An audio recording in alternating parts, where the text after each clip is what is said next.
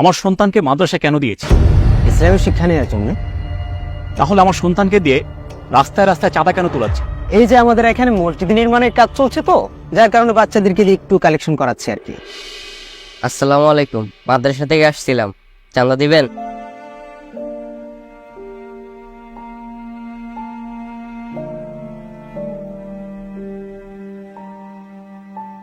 এই আহাত, এদিকে আয়।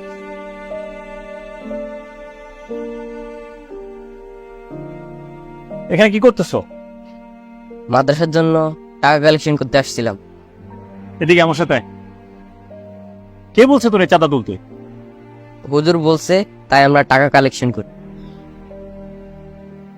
তুই একা আসছস? না, 10 জন আসছি আজকে।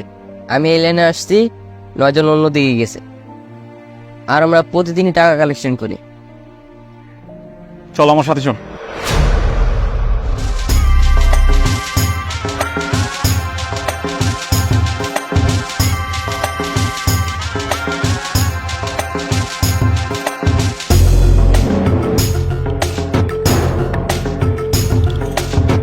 আসসালামু আলাইকুম হুজুর। ওয়ালাইকুম আসসালাম। আপনাকে কিছু বলার ছিল আমার। জি বলুন। আমার সন্তানকে মাদ্রাসা কেন দিয়েছি? ইসলামের শিক্ষা নেওয়ার জন্য। তাহলে আমার সন্তানকে দিয়ে রাস্তায় রাস্তায় চাঁদা কেন তোলাচ্ছে? এই যে আমাদের এখানে মসজিদ নির্মাণের কাজ চলছে, তো যার কারণে বাচ্চাদেরকে দিয়ে একটু কালেকশন করাচ্ছে আর কি। কোরআন হাদিসের কোথায় লেখা আছে মসজিদ মাদ্রাসা গড়ার জন্য চাঁদা তুলতে হবে? আপনি এগুলো কি ভেবেছেন? আপনি কোরআন হাদিসের কি জানেন? যতটুকু জানেন ততটুকু পড়বেন।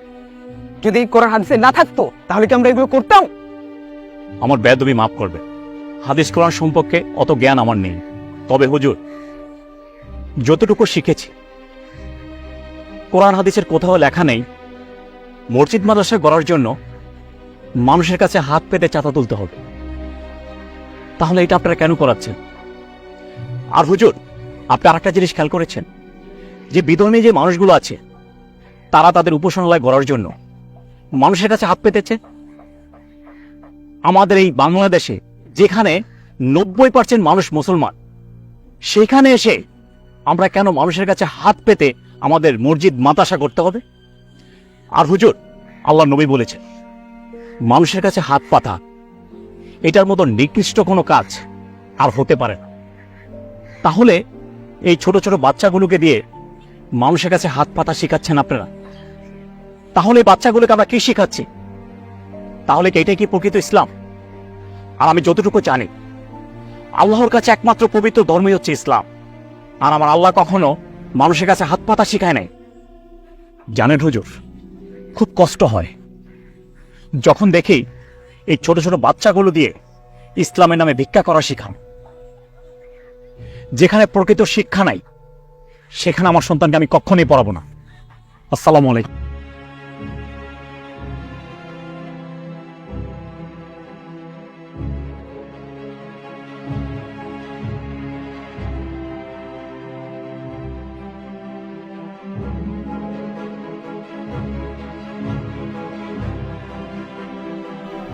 সুজন, কালেকশন করা বন্ধ কর। আমরা ইসলামকে ছোট করছি, এটা আমাদের ঠিক হচ্ছে না। যা বলেছি তাই কর, রাখ। এই ভিডিওটি দেখার পরে হয়তো অনেকেই নেগেটিভ কমেন্টস করবেন।